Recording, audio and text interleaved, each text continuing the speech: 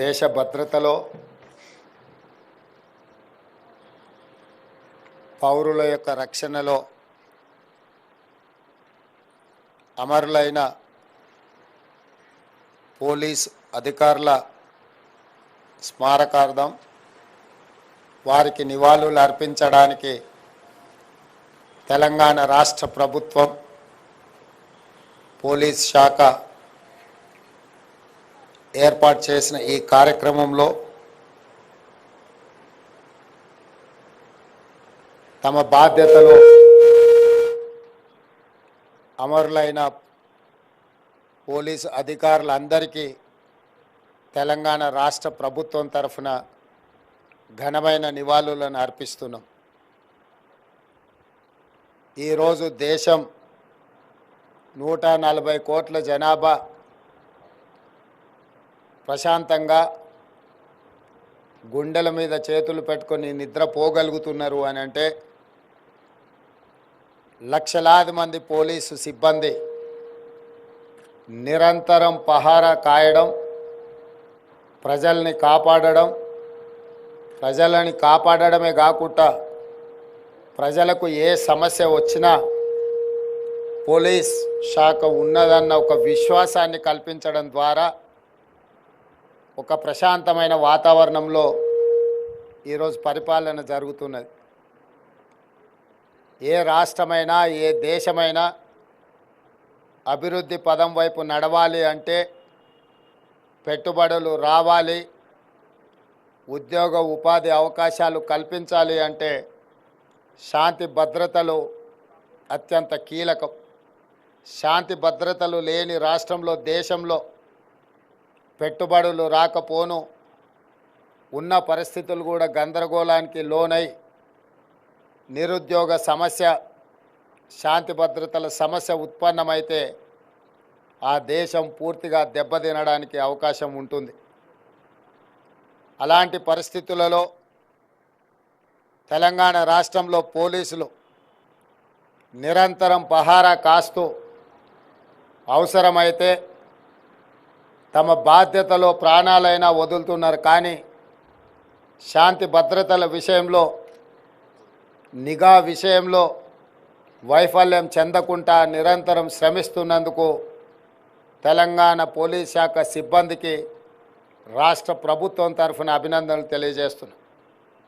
ఈరోజు అమరవీరులను స్మరించుకునే ఈ కార్యక్రమం 1959 భారత్ చైనా సరిహద్దుల్లో జరిగిన పోరాటంలో అమరులైన పోలీసుల స్మారకంగా అక్టోబర్ 21 ప్రతి సంవత్సరం మనం ఈ కార్యక్రమాన్ని జరుపుకుంటున్నాం.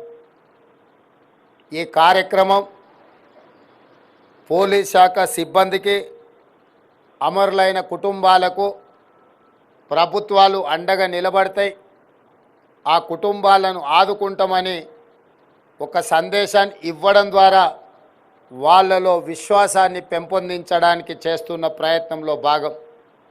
అదేవిధంగా తమ విద్యుక్త ధర్మంలో ప్రాణాలు కోల్పోయిన వాళ్లను తప్పకుండా రాష్ట్ర ప్రభుత్వం స్మరించుకుంటుంది. అమరులైన పోలీస్ అధికారులకు ప్రతి సంవత్సరం నివాళులు అర్పించడం ద్వారా వారి స్ఫూర్తిని పోలీస్ శాఖ సిబ్బందిలో నింపడానికి పూర్తి స్థాయిలో ప్రయత్నం చేస్తున్నాం.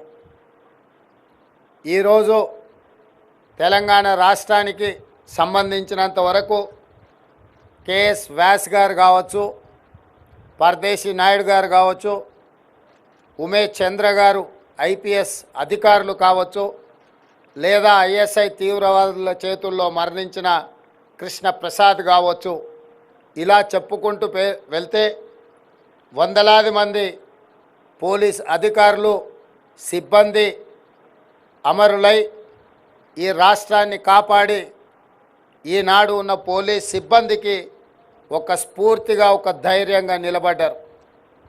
ఈరోజు అలా ఈ రాష్ట్రాన్ని, ప్రజల్ని, శాంతి భద్రతల్ని కాపాడడానికి ప్రయత్నం చేసిన ప్రతి ఒక్క అధికారికి ఆ ప్రయత్నంలో ప్రాణాలు వదిలిన ప్రతి ఉన్నతాధికారికి ఈ సందర్భంగా రాష్ట్ర ప్రభుత్వం ఘనమైన నివాళిని అర్పిస్తున్నది. ఈరోజు ప్రధానంగా గతంలో ఉండే నేరాల కంటే నేరగాళ్ళు కొత్త కొత్త విధానాలతో సమాజంలో వస్తున్న మార్పులు, సాంకేతిక నైపుణ్యాన్ని నేరగాళ్ళు అందిపుచ్చుకుంటున్నారు.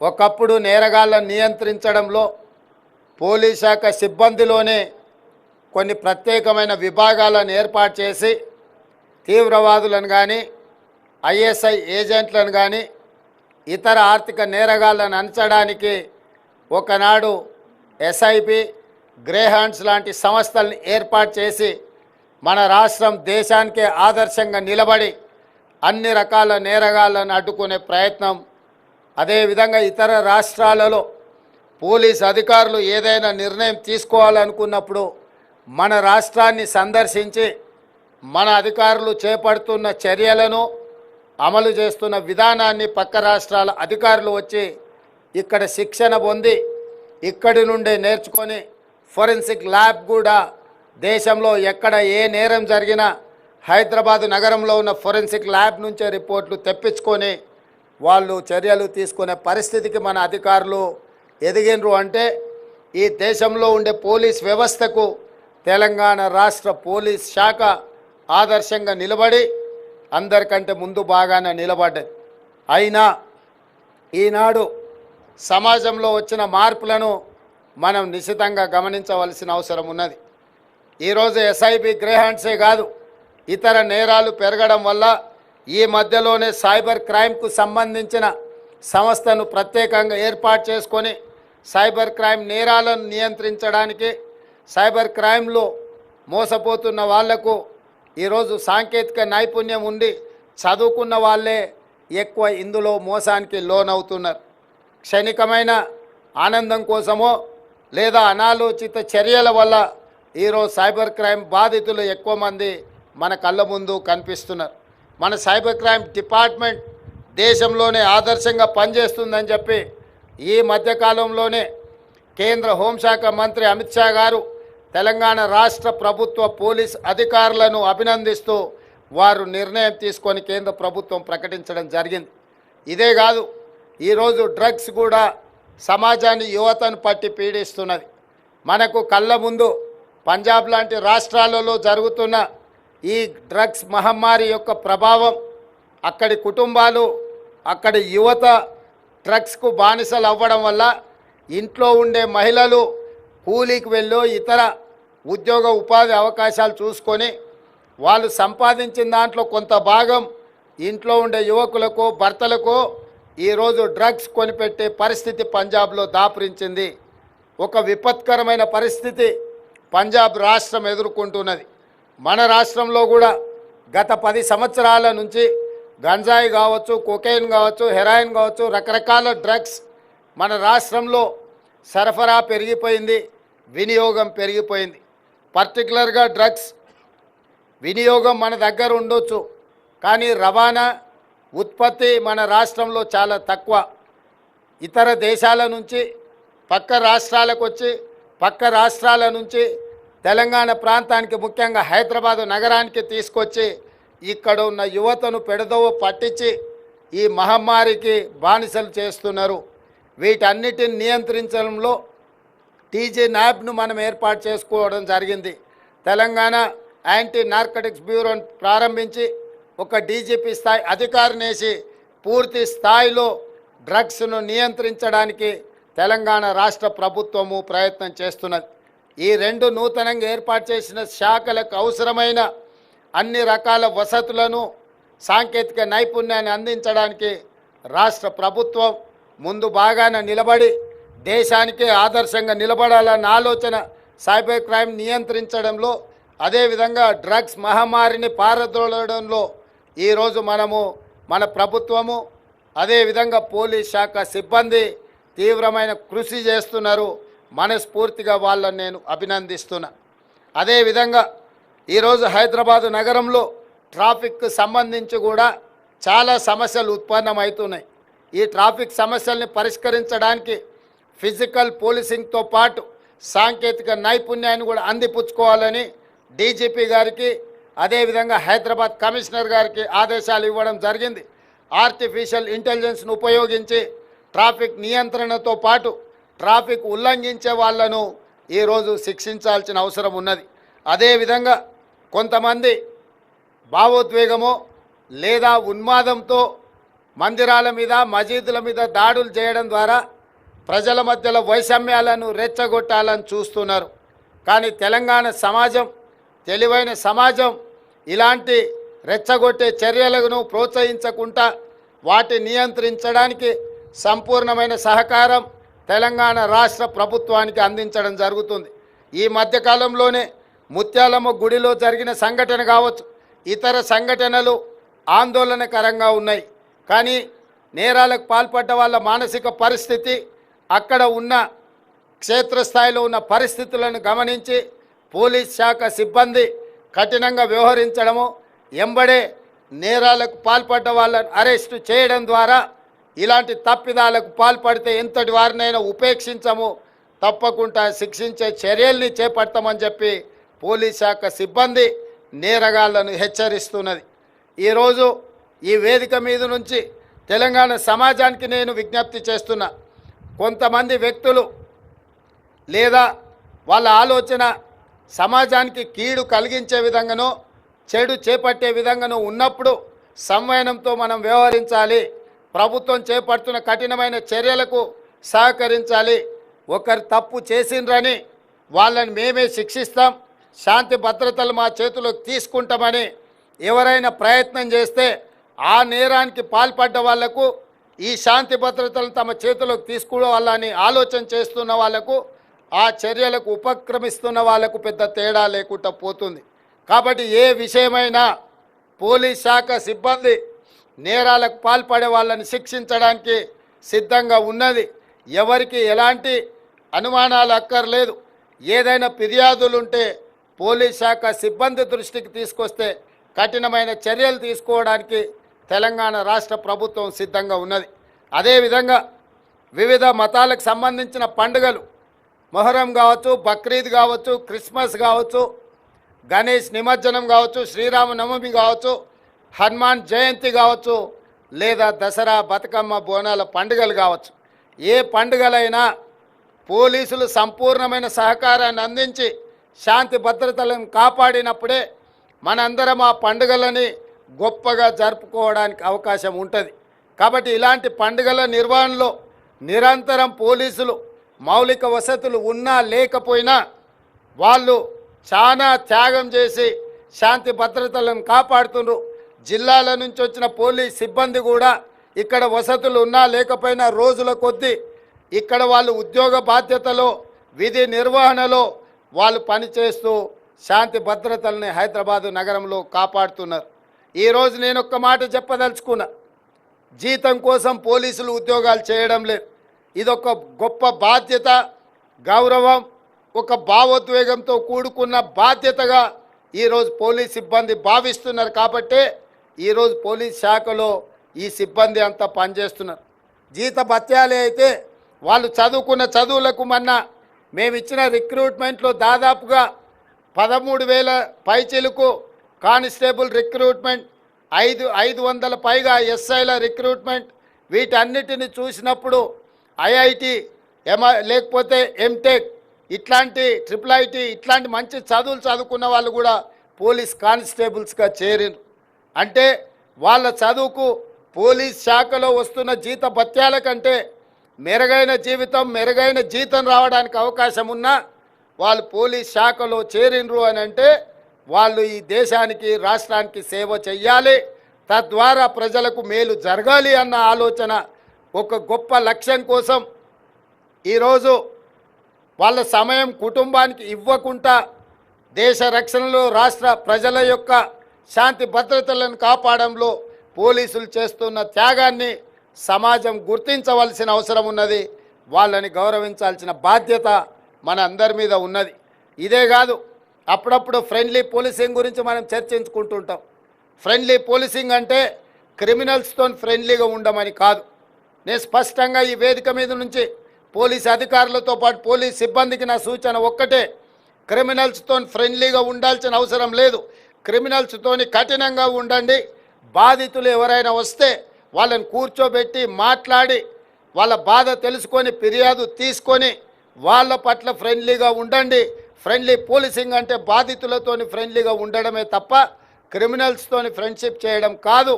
ఇలాంటి చర్యలు ఎవరు కూడా పాల్గొనకూడదు.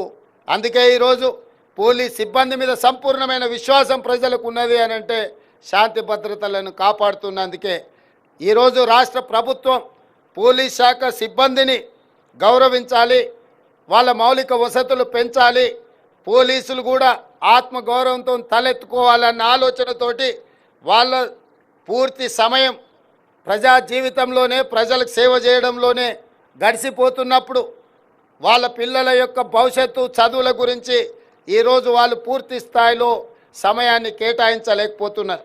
అందుకే తెలంగాణ రాష్ట్ర ప్రభుత్వం యంగ్ ఇండియా పోలీస్ అకాడమీని, ఎట్లయితే పోలీస్ స్కూల్స్ కోసం రెసిడెన్షియల్ స్కూల్ని ఈరోజు మనం ప్రారంభించుకోబోతున్నాం.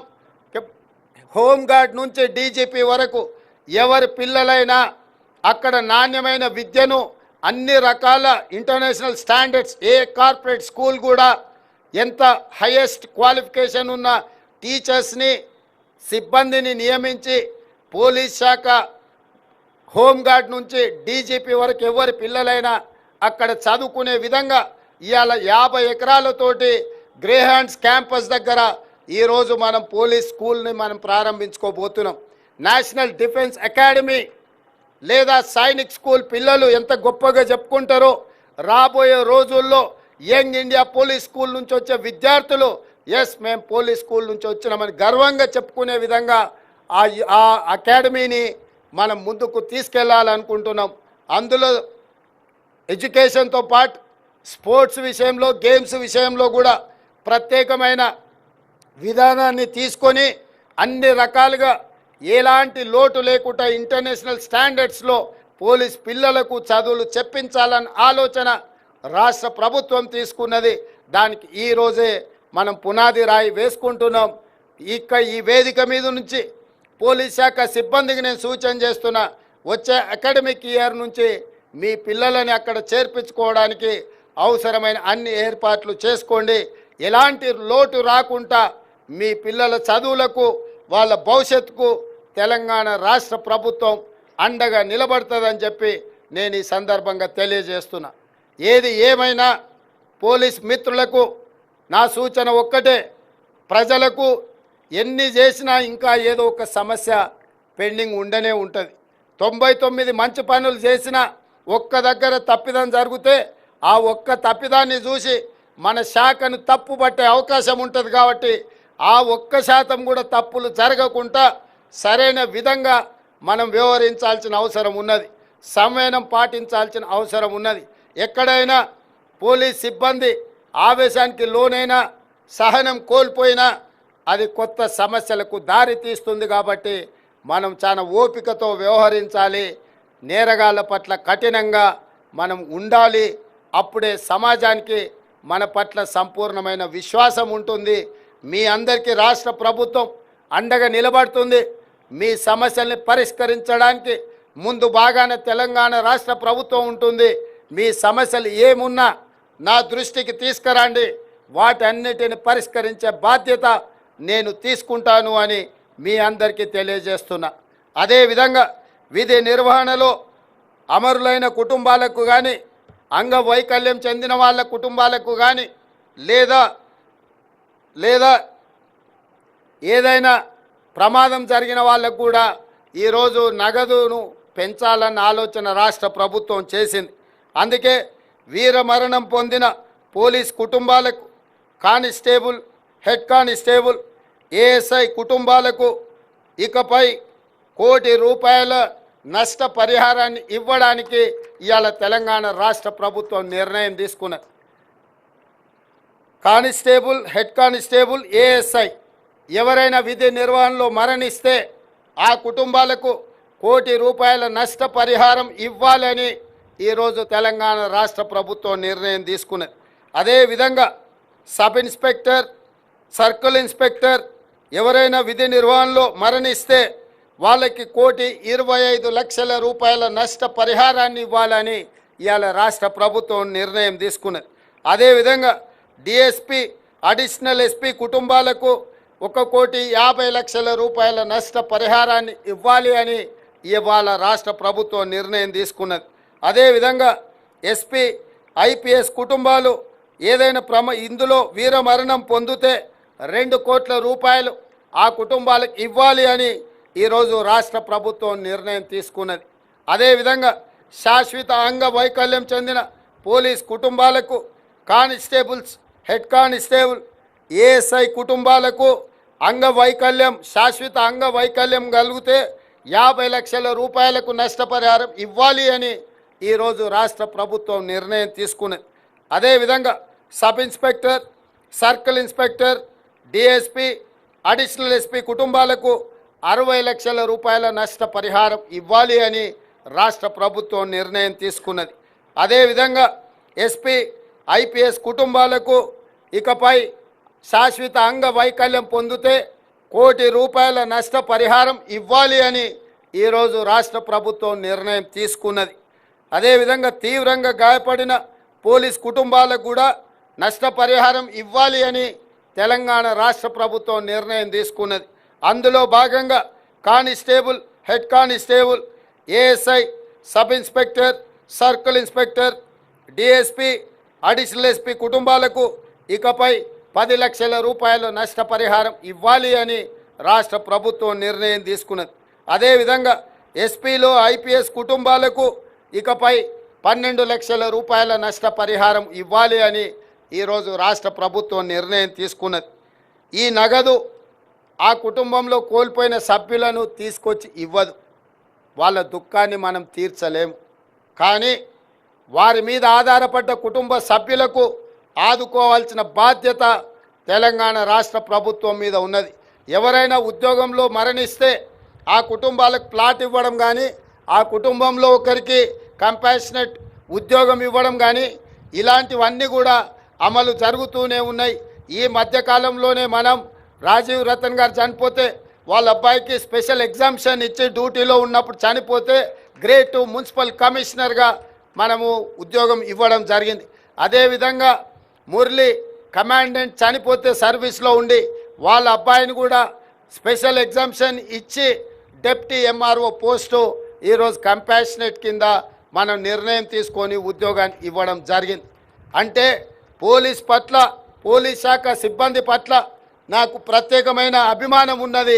నేను ఈ వేదిక మీద నుంచి పోలీస్ శాఖ సిబ్బందికి ఒకే మాట నేను చెప్పదలుచుకున్నా. మనం ఆత్మగౌరవంతో బ్రతుకుదాం. ఎవరో మన గురించి చులకన మాట్లాడే అవకాశం మనం ఇవ్వద్దు. ఈరోజు సమాజంలో అందరికీ రక్షణ కల్పించేది మనము. మన గురించి ఎవరైనా గొప్పగా మాట్లాడుకోవాలి కానీ చీత్కరించినట్టుగో లేదా మన గురించి ఏదో ఒక రకంగా మాట్లాడుకోవడానికి మనం అవకాశం ఇవ్వద్దు. ఈ ప్రభుత్వం మీకు అండగా నిలబడుతుంది. నేను ఉన్నతాధికారులకు కూడా సూచన చేస్తున్నా, వాళ్ళు ఎక్కడికి వెళ్ళినా ఉండడానికి మౌలికమైన వసతులతో పాటు తినడానికి, ఉండడానికి అన్ని రకాల చర్యలు చేపట్టండి. రోజుల కొద్ది విధి నిర్వహణలో ఉన్నప్పుడు భోజన ఖర్చులు కావచ్చు, ఉండడానికి కావచ్చు, రకరకాల ఇబ్బందులు పోలీస్ సిబ్బందికి వస్తున్నాయి. కాబట్టి వీటన్నిటిని ప్రభుత్వమే మానవీయ కోణంతో పరిష్కరించాల్సిన అవసరం ఉన్నది. ఎవరు ఆత్మగౌరవాన్ని తగ్గించుకోవాలనో, ఆత్మగౌరవం దెబ్బతినే విధంగా వ్యవహరించాలని ఎవరు కోరుకోరు. కానీ రోజుల కొద్ది విధి నిర్వహణలో ఒక దగ్గర డ్యూటీలు వేసినప్పుడు కుటుంబానికి దూరంగా ఉండి ఆర్థిక సమస్యలను ఎదుర్కొన్నప్పుడు విధి లేని పరిస్థితిలో ఎవరైనా ఎక్కడైనా చేయి దాచే పరిస్థితి వస్తుండొచ్చు. దానికి చేయి దాచకుండా ఉండాలి అంటే ప్రభుత్వమే ఉదారంగా వ్యవహరించాలి. ప్రభుత్వమే అన్ని రకాలుగా వాళ్ళని ఆదుకునే విధంగా చర్యలు తీసుకోవాలి. మనం ఆ చర్యలు తీసుకున్నా ఎవరైనా ఎక్కడైనా ఏదైనా చిన్నదో పెద్దదో తప్పిదం చేస్తే అప్పుడు మనకు చర్యలు తీసుకోవడానికి అవకాశం ఉంటుంది. కాబట్టి డీజీపీ గారికి నేను ప్రత్యేకంగా సూచన చేస్తున్నా, ఎక్కడైనా విధి నిర్వహణలో పోలీసులకు ఎలాంటి లోటు లేకుండా మీరు చర్యలు తీసుకోండి. రాష్ట్ర ప్రభుత్వం వైపు నుంచి మీకు కావాల్సిన నిధులను ఇవ్వడం ద్వారా పోలీసు గౌరవాన్ని పెంచడానికి మొదటి ప్రాధాన్యత ఈ ప్రభుత్వం ఇస్తుంది. తప్పకుండా వాళ్ళ యొక్క గౌరవాన్ని పెంచాలి. తెలంగాణ రాష్ట్రం ఏర్పడ్డ తర్వాత 10 సంవత్సరాలు ఎలాంటి నియామకాలు జరగకపోయినా 10 నెలల్లోనే మొట్టమొదటి 90 రోజుల్లో 30,000 ఉద్యోగ నియామకాలు చేపట్టి దాదాపుగా అందులో 15,000 మంది పోలీస్ సిబ్బంది నియామకాలు చేపట్టినాం. కాబట్టి ఈరోజు మిత్రులారా, ఆత్మగౌరవంతో బ్రతుకుదాం. ఎవరి ముందో చేయి జాసే పరిస్థితి మనకు ఉండొద్దు. మనల్ని ఇతరులు ఆదర్శంగా తీసుకోవాలి. ఎందుకంటే ఖద్దర్ కాకిని సమాజం నిశితంగా గమనిస్తుంది. మనమే రోల్ మోడల్స్ ఈ సమాజానికి. మనం బాగుంటే సమాజం మనల్ని గౌరవిస్తుంది. తప్పకుండా ఆ దిశగా ముందుకు వెళ్దాం. మరొక్కసారి అమరులైన పోలీస్ సిబ్బందికి ఘనమైన నివాళులు అర్పిస్తూ మీ అందరి దగ్గర సెలవు తీసుకుంటున్నా. జై హింద్. Thank you, Honorable